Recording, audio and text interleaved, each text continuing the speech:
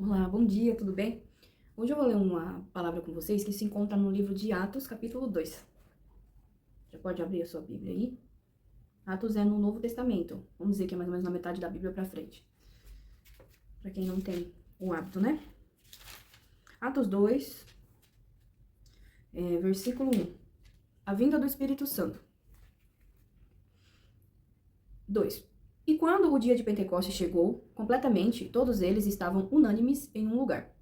E de repente veio um som do céu, como uma rajada de vento impetuoso, e encheu toda a casa onde eles estavam assentados.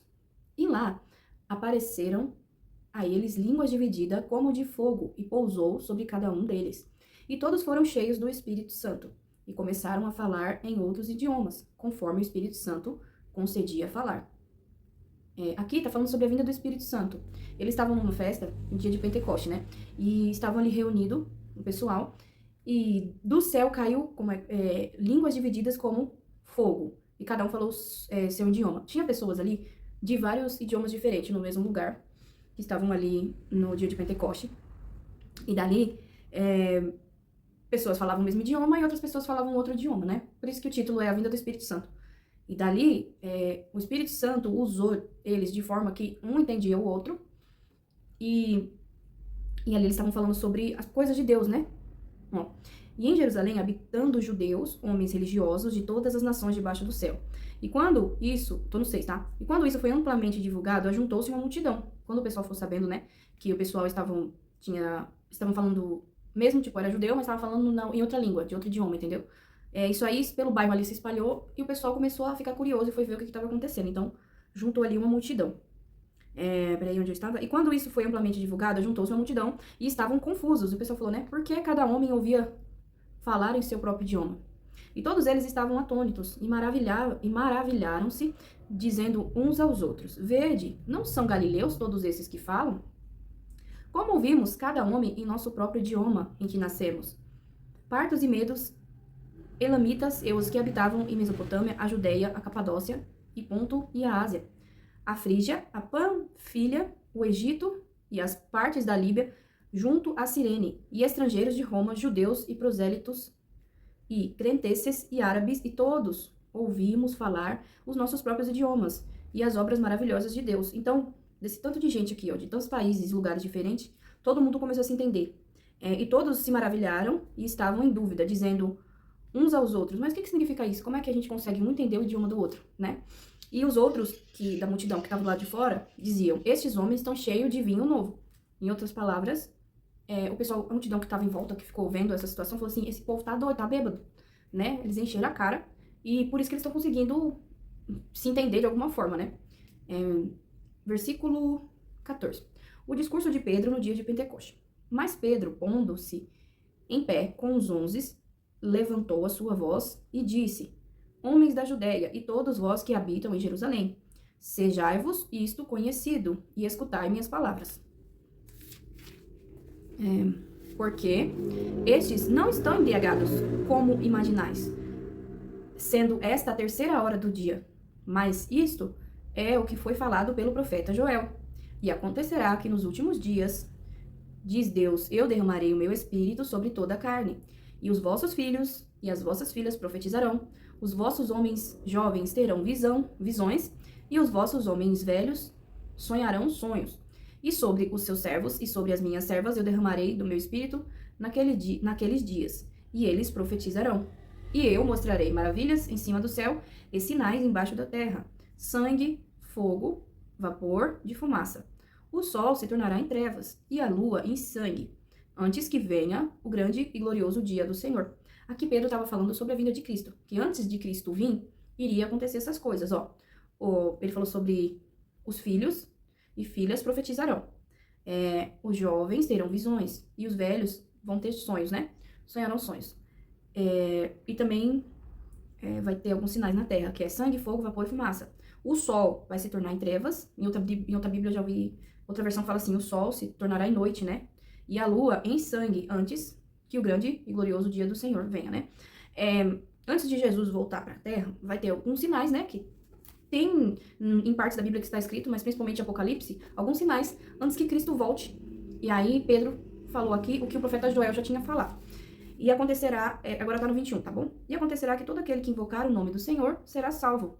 Homens de Israel, ouvi estas palavras. Jesus de Nazaré, homem aprovado por Deus, entre vós com milagres, maravilhas e sinais, que Deus fez por ele no meio de vós, como também vós sabeis. A este entrego pelo determinado conselho e presciência de Deus, tomando-o vos pelas mãos perversas, o crucificaste e o mataste.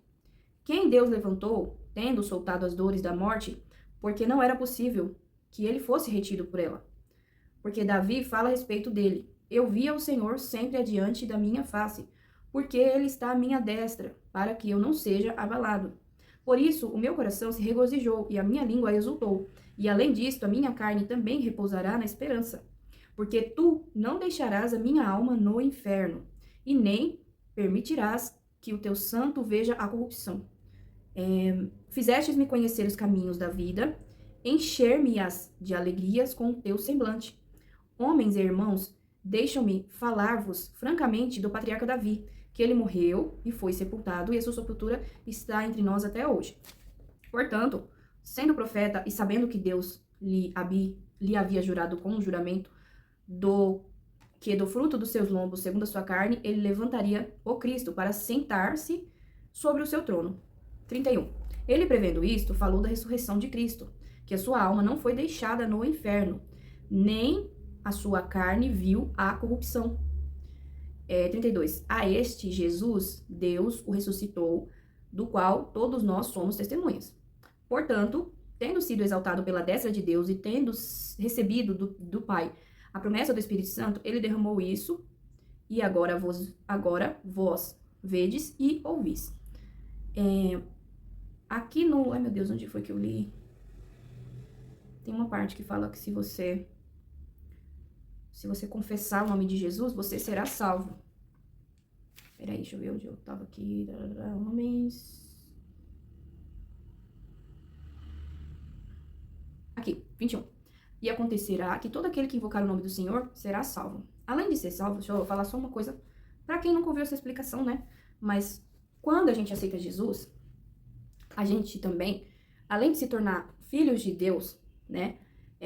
A gente já vem no pacote promessas para todos que são filhos de Deus, que está aqui na Bíblia. Algumas promessas que Deus já deixou por nós apenas sermos filhos, né? Porque quando a gente se torna filho, a gente se torna herdeiro, né? Herdeiro, a gente herda o quê? Por exemplo, temos nosso pai aqui na terra, né? O pai e a mãe. Então, o que é a herança? Você só vai herdar a herança depois que o pai morre. Enquanto o pai tá vivo, você não herda nada, certo? Então, Jesus, ele morreu na cruz. Pra quê? Pra salvar eu e você dos nossos pecados, né? Porque a gente não seria digno de ir pro céu se Jesus não tivesse morrido na cruz, né? Deus enviou Jesus pra morrer pela gente, entendeu? Mas é assim, Deus é Pai, Filho e Espírito Santo. Deus é a Trindade. É 3 em 1. Os 3 é Deus, entendeu? Então, assim, Deus é Pai, que tá lá no céu. Ele é Filho, que ele enviou o seu Filho, Jesus, pra terra. E ele é o Espírito Santo. Então, é Trindade. Não é separado. Ao mesmo tempo que é junto, entendeu? Deus é 3. Deus é Pai, Filho e Espírito Santo. Então, Deus mandou Jesus pra terra. Pra quê? Deus se tornou carne e veio pra terra, certo? Jesus viveu nessa terra, passou por ela, sentiu tudo o que nós sentimos, as dores, as frustrações, na carne. Mesmo sendo Deus, ele se resumiu ao ser humano, tipo assim, ele tava lá em cima, né? Ele não deixou de ser Deus, mas se transformou em carne, né? Carne e osso. Veio aqui pra terra, passou. Por quê? Porque ele tava, a humanidade, ele tava perdendo, né? As pessoas esqueceram de Deus. Então, ele veio pra terra pra poder salvar a gente mesmo, de nós mesmos, dos nossos próprios pecados. Depois de ele ter passado e vivido aqui na terra, ele morreu, certo? Foi crucificado, morreu. Mas aqui fala que ele não ficou no inferno. E ele não vai deixar a nossa alma no inferno. Por quê? Jesus morreu na cruz para salvar eu e você, certo? Ele venceu a morte. O que na sua vida e na minha vida que é mais importante que tudo? Assim, tipo assim, sem o ar você não respira, você morre, certo? Quem é que dá o ar para você? Deus. Quem é que dá vida para você? Saúde, tudo que você tem hoje? Deus, certo? Então, assim, quando a gente morre, acabou, né? Tem a nossa vida, a gente pegou, viveu, morreu, acabou. Não tem o que fazer mais. Mas, depois da morte, a vida, vamos dizer, vida pós-morte. Não existe vida pós-morte. Existe o quê? Acontece o quê? Você morre, acabou, né? Jesus morreu, foi pro inferno, venceu a morte e ele ressuscitou, certo? Então, Jesus, ele passou por tudo na terra, aí ele morreu, foi no inferno e voltou. Você tá entendendo? Por quê? Porque como é que a morte vai parar Jesus? Não tem como. Se Deus fez tudo, se Deus criou tudo, não tem como a morte, né, vencer ele, porque ele é superior à morte. A morte tá aqui, ele tá aqui. Então, assim, ele foi, porque naturalmente acontece o quê? Você morre, você vai pra baixo, você vai pro inferno, certo? Ou você fica aqui, dependendo do que você faz. Se você crê em Jesus, aceitar ele, você vai pro céu. Se você não crê e você não aceitar Jesus, você mas não vai ter essa possibilidade também, né? De não conhecer Jesus. Porque Jesus, ele só vai voltar pra buscar a gente no dia que todo povo que existe na face da terra conhecer ele. O mundo todo. O mundo inteiro. E ter a oportunidade de aceitar ele. Se as pessoas não quiserem aceitar, aí é escolha dela também. Por quê? Porque nós temos o livre-arbítrio, certo? Então, ou você aceita Jesus, ou você não aceita. Por quê? Nem o diabo, que era um ser de Deus, que estava lá no céu, ele escolheu. Por quê? Porque ele virou Satanás, né? O nome dele era Lúcifer, foi o anjo que Deus fez. Ele terça parte dos anjos, né? Que fala só o nome do Lúcifer mesmo. Mas assim, agora você parando pra pensar, né? Um pouquinho. Ele tava lá no céu. Ele era líder da música lá, era o regente, cuidava de tudo lá. Em relação a essa parte da música, Deus criou ele. Ele via Deus, ele e os anjos. Mas ele queria ser acima de Deus. Ele não queria adorar Deus aqui, né? Ele queria ser acima de Deus. E daí um dia chegou e tipo assim, ó, ele decidiu que ele não queria mais ficar lá. Por quê? Porque pra ele não tava suficiente o cargo que ele tinha. Ele queria ser Deus. Só que Deus não divide a glória dele com ninguém. Ele é Deus, ele é justo, ele é fiel e ele é e acabou. Então, assim, o inimigo, ele queria ser acima de Deus. Mas Deus falou, não, minha glória é minha, não divido minha glória com ninguém. Aí o diabo falou assim, tá bom, então eu não quero mais te servir, né? E daí, outros anjos que estavam também no céu decidiram que também concordaram ali com a ideia do Satanás, né? Do Lúcifer, que até então era Lúcifer. E desceu pra terra, correto? Então, Lúcifer, que viveu com Deus, andou com Deus ali, adorava Deus. Não tinha essa coisa de que nem a gente não vê Deus, né? A gente nasce da nossa mãe ali, a gente não tá no céu, a gente tá aqui na terra, então a gente nasce com ver Deus. Ele viveu, viu, participou, viu tudo, só que ele não estava satisfeito em servir, ele queria ser acima de Deus, entendeu? Então, ele e uma grande quantidade de anjos, fala que a terça parte dos anjos que existe no céu, desceu com ele, que no caso, os anjos viraram demônios, né? Porque quando a gente parece com Cristo, a gente é parecido com Cristo. Quando a gente não segue a Cristo, a Deus, a gente é o oposto. Então, se eles eram luz, se transformaram em trevas, correto? E a mesma coisa acontece com a gente quando a gente está longe de Deus. Quando a gente aceita Jesus, como eu falei pra vocês, tem o Pai, o Filho e o Espírito Santo. A gente se transforma em filhos de Deus, herdeiros de Deus. A gente fica parecido com Deus, porque a gente começa a andar com Ele, ler a sua palavra, orar a Deus. A gente começa a se conectar de onde a gente veio, na verdade, né? Novamente. Então, a gente fica parecido com Deus, né? Por isso que falam que chama cristão, né? O que é cristão? É um mini Cristo. Não quer dizer que você quer ser Cristo, ser maior que Deus. Você é imitador de Cristo, você entendeu? E aí o que acontece? Só que você tem um livre-arbítrio, né? Você tem um livre-arbítrio pra você ser cristão ou não ser cristão, entendeu? E aí, Jesus vai voltar quando todos o conhecerem. Quando todo mundo na Terra tem a oportunidade de conhecer, ó.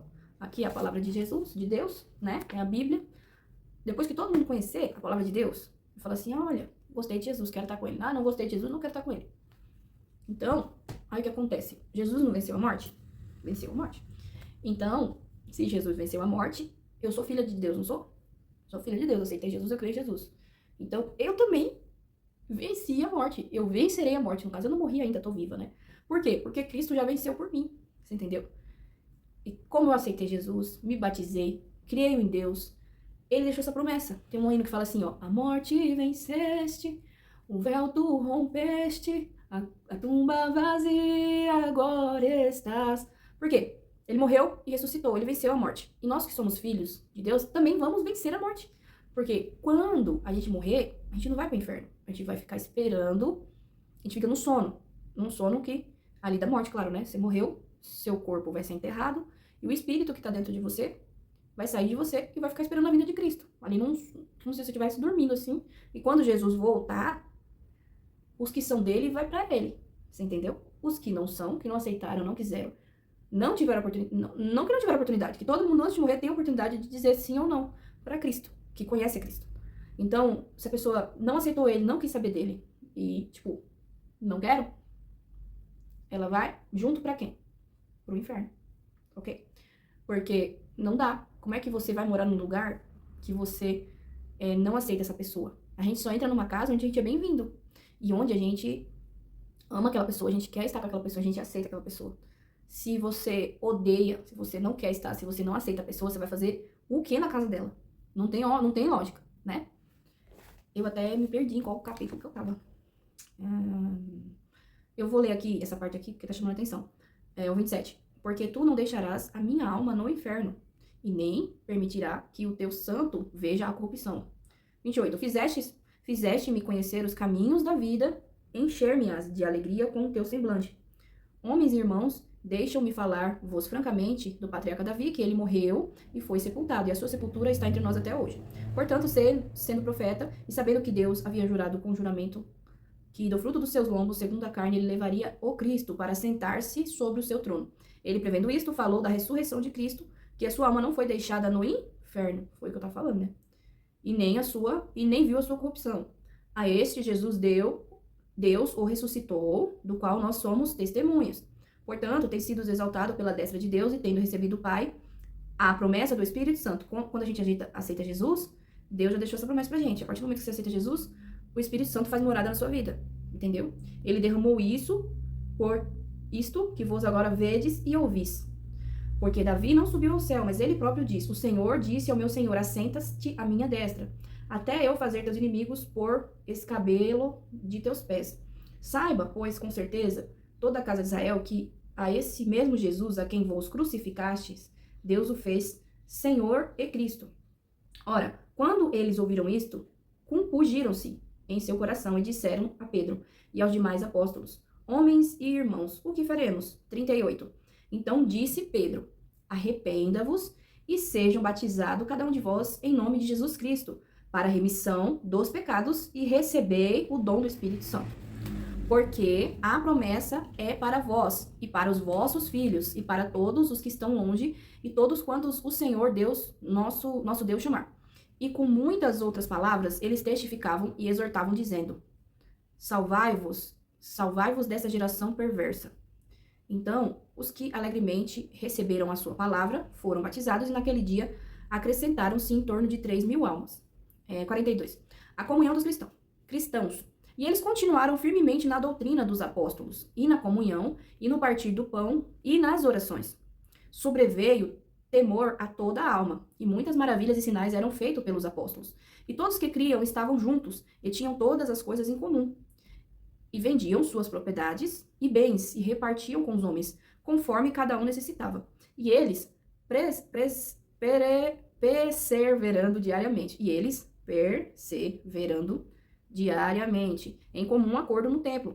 E partindo o pão, de casa em casa, comiam o seu alimento com alegria e singeleza de coração, louvando a Deus e tendo o favor de todo o povo. E o Senhor acrescentava diariamente à igreja os que estavam sendo salvos. Aqui, depois que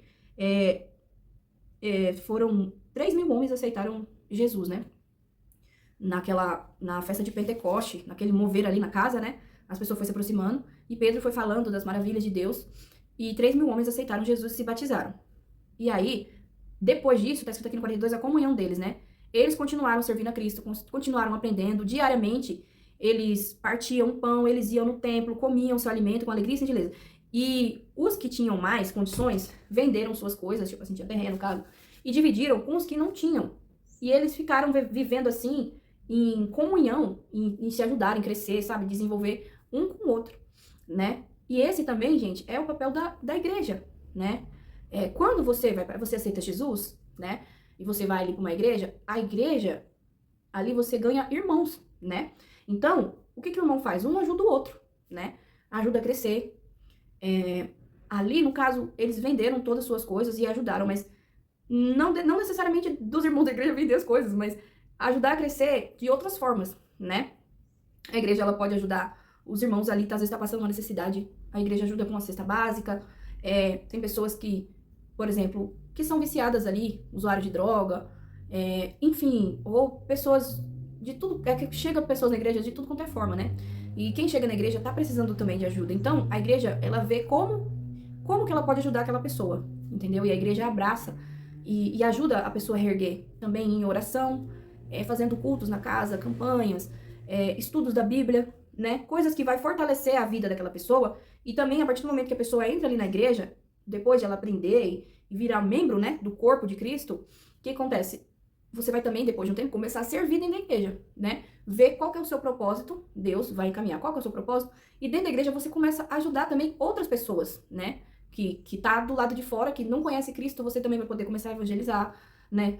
Se você tem um dom de louvar, de tocar um instrumento, se você tem um dom da fala, né? Se você tem um dom de servir, de cozinhar, não sei qual que é o dom que você tem, mas Deus já deu um dom para vocês, eu tenho certeza. Porque antes de você nascer, Deus já criou você para um propósito, né? Às vezes você tá ainda tentando encontrar qual é o seu propósito de vida. E a gente, como cristão, Deus, ele se fez homem e ele serviu. Jesus, ele ia, pregava, orava, ajudava. E qual que é o nosso papel? Ser imitador de Cristo. Temos que ajudar o próximo como a nós mesmos. E a gente começa ajudando a nós mesmos, né? Qual que é o primeiro passo? Você vai para a igreja e aceita Jesus. E você pede para Deus fazer morada em você. E Deus vai te ajudar e vai começar a limpar você de dentro para fora. E através da transformação que Deus vai fazendo na sua vida, você vai ser um canal de bênção para abençoar outras vidas. Você entendeu? E assim, a união faz a força. Um ajuda o outro. E muitas das vezes, quando você tá ajudando outra pessoa, você tá se curando também. Entendeu? Mas o foco não é nem você pensar agora de ajudar mais o próximo, mas para você, o que que você quer da sua vida? Né? O que que você quer pra sua vida? O que que é mais importante na sua vida hoje? Assim, se você falar assim, eu vou parar pra pensar o que que realmente importa na minha vida, né? Quem é o dono da vida? Quem é que te fez? Deus. Quem é que te criou? Deus. Quem que deu os seus dons? Deus. Quem é que te sustenta? Deus. Quem que não deixou você passar fome? Deus. Quem foi que te deu saúde pra você estar aí no seu celular agora, vendo esse vídeo, com o seu sentado aí no sofá ou na cama? Ou não sei onde é que você tá, mas quem que te dá força pra seguir em frente? Quem é fiel e justo pra cuidar de você? Deus. Sem Deus, você não vai pra lugar nenhum. Você, mas eu não acredito em Deus. Mas mesmo você não acreditando, o sol continua nascendo para os que creem e para os que não creem, né? Então Deus, ele é fiel e ele é justo. E mesmo que você não acredite, ele ainda cuida de você e tem misericórdia, porque ele te ama e ele tá esperando você. Porque ele quer que você seja filho e você se torne herdeiro, e você possa herdar essas promessas que tem aqui na Bíblia. Tem tanta promessa aqui para os filhos de Deus. Tanta coisa que se você abrir e procurar aí, ou você pode até botar no Google, quais são as promessas que Deus deixou para mim? Deixa para o seu povo, né? Para os que são filhos.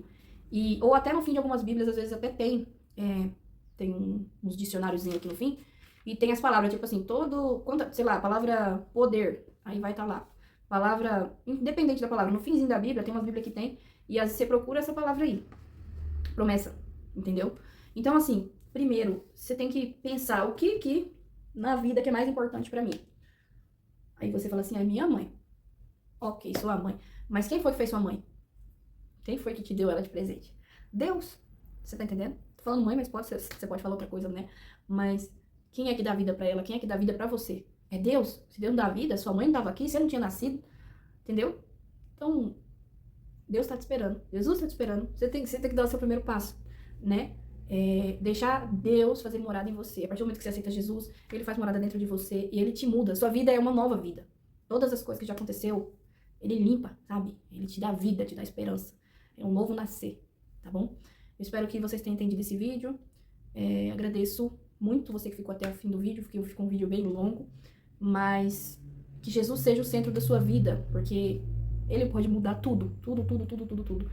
E sem você ter nada na vida, se você tem Cristo, você tem tudo, entendeu? Então é isso. Eu quero orar por você e que o Senhor possa te abençoar nesse dia, que você tenha um dia abençoado. E nunca se esqueça que Deus está com você, tá? Você já aceitou ele, não se esqueça, Deus está com você. o Espírito Santo faz morada dentro de você. Ah, mas eu não escuto, eu já aceitei Jesus, eu não ouço o Espírito Santo. Para você ouvir Deus, você tem que ler a Bíblia e você tem que orar.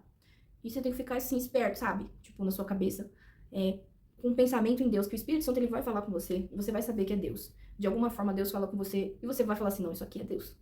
Tá entendendo?